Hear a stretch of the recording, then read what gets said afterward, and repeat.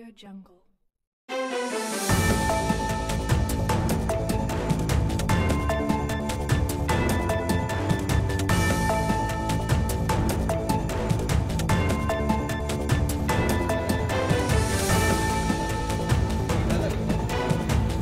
కుంట మండలంలో ఇద్దరు సర్వశిక్ష అభియాన్ ఉద్యోగులు విధి నిర్వహణలో భాగంగా కార్యాలయానికి వెళ్తూ ప్రమాదవశాత్తు రోడ్డు ప్రమాదానికి గురై అక్కడికక్కడే చనిపోవడం జరిగింది.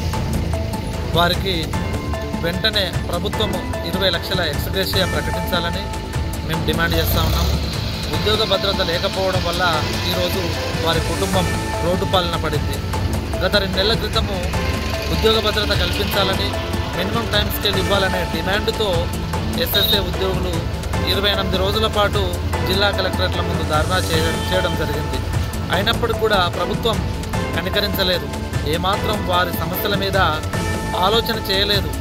పైగా ఈరోజు 2 కుటుంబాలు, 2 వ్యక్తులు ఉద్యోగులు చనిపోవడం వల్ల వారి కుటుంబాలు రోడ్డున పడ్డాయి.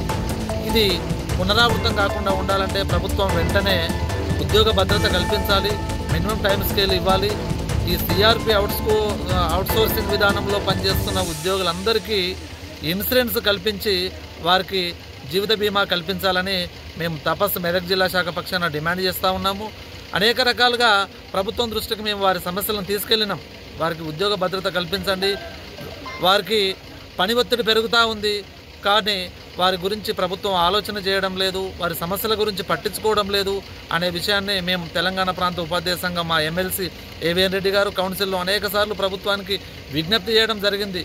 ఇప్పటికైనా ప్రభుత్వము రమేష్, శ్రీనివాస్ అనే 2 సిఆర్పిల చావుతోనైనా మిగిలిన ఎస్ఎస్ఏ ఉద్యోగులకు భద్రత కల్పించాలని, వారికి మినిమం టైం స్కేల్ ఇవ్వాలని, వారికి ఇన్సూరెన్స్ విధానం కల్పించి ఈరోజు చనిపోయిన 2 కూడా 20 లక్షల రూపాయల చొప్పున ప్రభుత్వం ఎక్స్గ్రేషియా ఇచ్చి వారిని ఆదుకోవాలని తపస్సు మెదక్ జిల్లా శాఖ పక్షాన డిమాండ్ చేస్తాము.